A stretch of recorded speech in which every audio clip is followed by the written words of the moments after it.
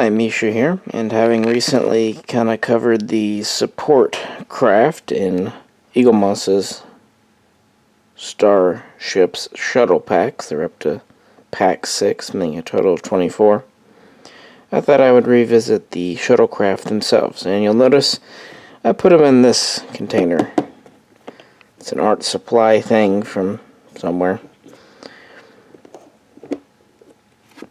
I got tired of these falling off the simple little pedestal stands that they come with.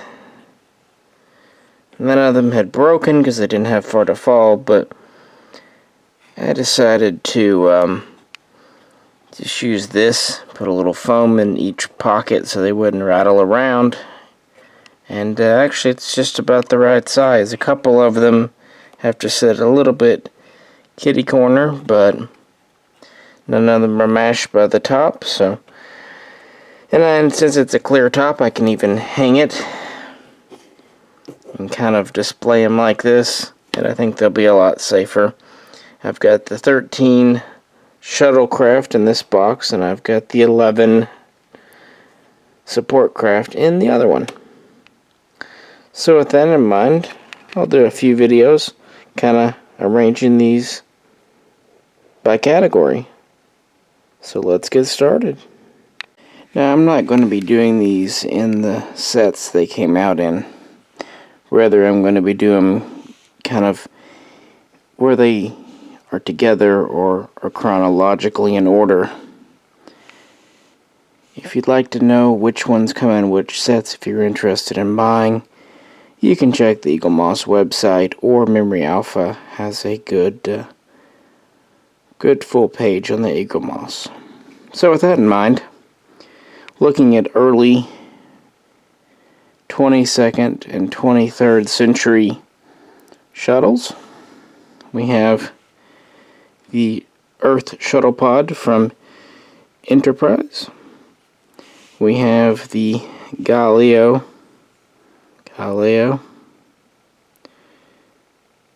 type, also known as the Class F from the original series, also seen a bit in the movies.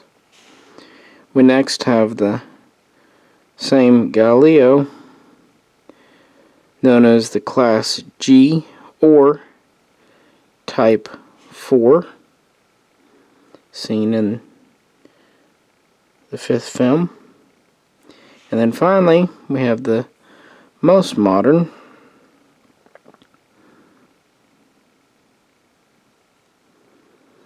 the Type 5, or Hawking type, as seen in Star Trek Generations, which is very similar to the Type 4, but with slightly updated markings and windows.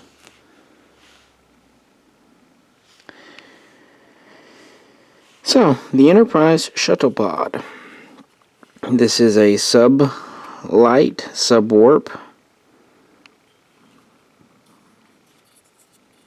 transport meant for cargo and passengers.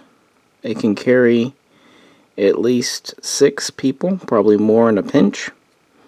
Quite a bit of cargo, because this was made at a time before at least human-rated transporters were a standard. So it dates back to the 2140s, 2150s.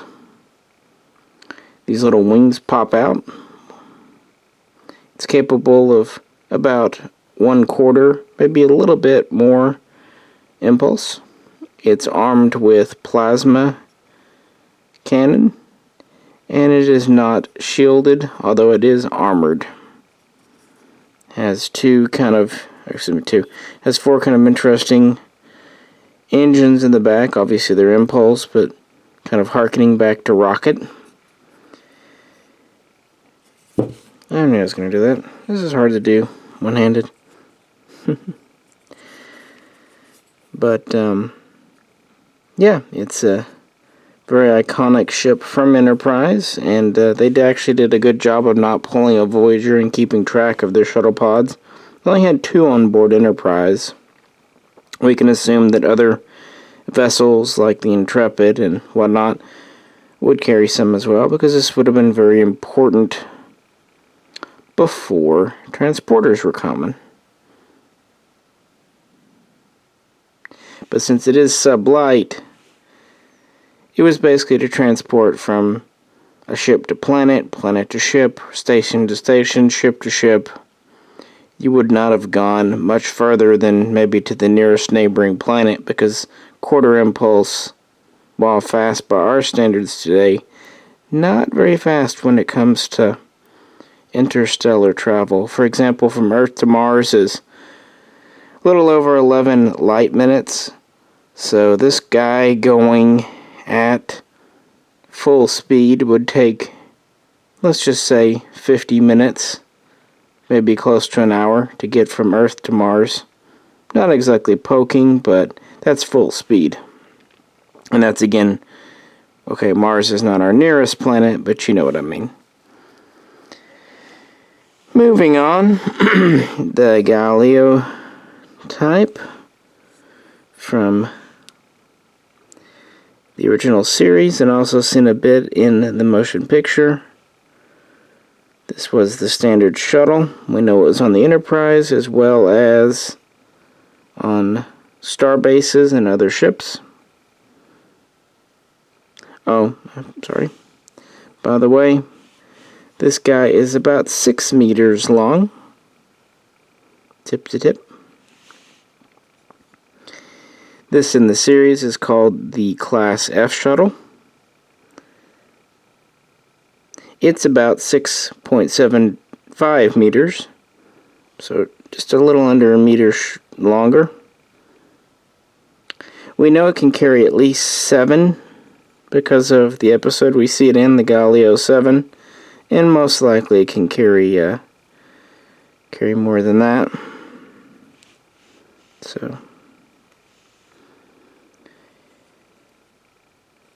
some say that it is subwarp.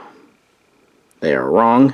And first off, on the show itself, we see one of these traveling at warp because it catches up to the Enterprise going at warp. So that's already good enough evidence. For another, it has nacelles. And we see one of these traveling between star systems. So that would just be impossible unless it was able to do warp. Now, I'm sure it's not very fast warp. Probably 2, maybe 3. But there's a huge difference between sublight and even light speed. It has to have warp. We can assume that it could be armed with something, probably a very low-yield phaser, but since the Shuttlepod 100 years before it could have plasma cannon, it would be assumed that this could have phasers, and unlike the Shuttlepod, this would have shielding.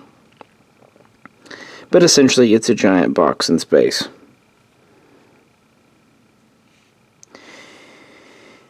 And moving on to the other Galileo type.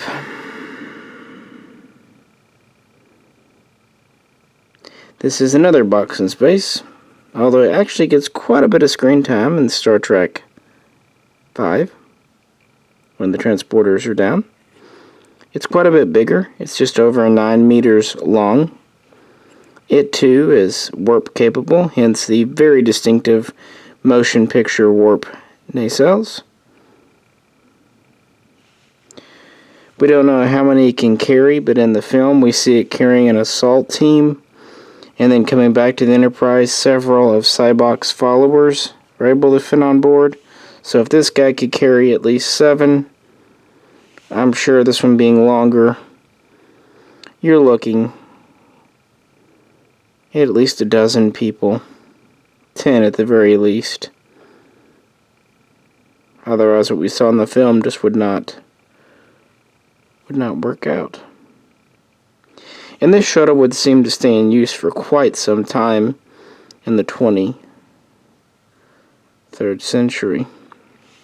And then finally, the most recent addition to the collection, the Hawking type from Generations, also sometimes just called the Generations shuttle. It is the same, because they reused the same prop and everything. This was a shuttle that picked Picard up off of Viridian in the movie.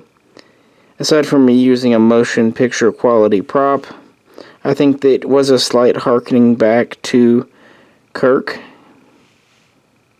kind of giving a plausible TOS era ship, or TMP era, I should say.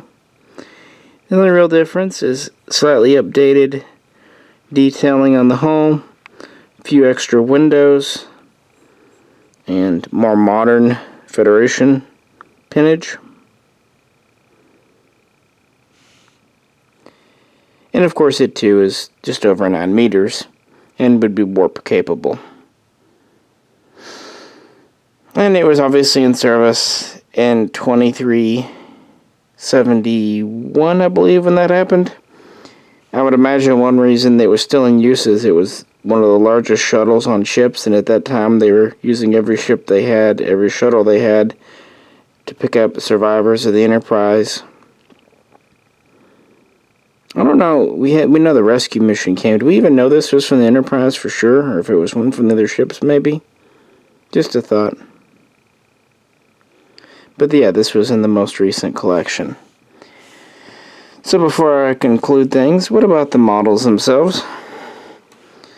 I would say all of these were pretty highly anticipated by collectors. The Enterprise Shuttle pod here is just extremely well done. It is quite large. It's very heavy, mostly metal. The bottom is plastic. This is all metal except for the wings. And then, again, it was just very important to the series because they tried to keep it semi-realistic, and yeah. I think when that came out, I think that was in set 2, people seemed very happy.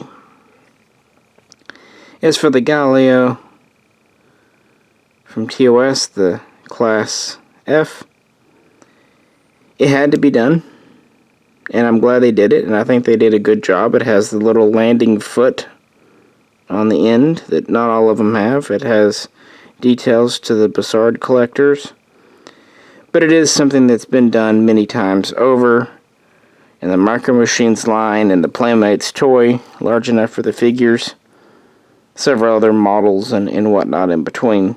So it had to be done, but it's kind of one of those. Plus, it is literally just a box. Of course, the real world explanation is simple. They needed something they could build and work with on set. So, wooden box. But I still like the lines just fine. I would say everyone, well, not everyone, but most people agree that the updated Galileo from the movies is better. It gets the TMP remake just like the Enterprise. I've seen this referred to as the Type 4. Like I said earlier, also the Class G, which fits in real nice with everything else. So I like that name, even if it's not canon per se. But then again, shuttle names actually rarely are. I think it also shows a switch over from calling something Class ABC to Type 1, 2, 3, you know? So calling this a Type 4 makes a lot of sense. Again, it saw a lot, especially external shots in the film. The model is very well done. It's got a little more plastic to it because of the more high detail level. But the nacelles and everything are nicely detailed and invented. By the way, they did a good job on the TOS one as well. It's pretty chunky, mostly metal. And of course, the Generations shuttle is the same. At first I was kind of wondering why they did this in Series 6 and Set 6 when they had the motion picture one. Plus this just came out the series before. But you know, even though there are very slight differences, as I've said in other videos, it's having all the complete set like this that makes the Eaglemoss collection interesting, because I don't know of anyone else who has done this one. If they have, it's only one or two. And it was in a major film and played a particular role. It wasn't just a literal background ship. Whereas lots of model makers have done the Pt.1, just most haven't done the Hawking. And since this is 4, and since we have a nice gap, I like to think of this as the Type 5. Again, head cannon, but I think it fits in nicely. Since we don't have a name for it, I mean, it's mostly just called Generation Shuttle or Hawking type, so we don't have anything to call it by. So yeah, of these, I would say in physical form, not many have done the Enterprise Shuttlepod, and again, basically none have done the Hawking. So I think that's neat. What do you think? I mean, shuttles are kind of one of those unspoken heroes, but I'm glad they did them. And they're just kind of neat. So if you have any questions or comments, please do post them below. And next time we'll go back into the box and drag out another few more, and I'll ramble on about them for probably way too long. This is Misha, and I'll catch you very soon next time.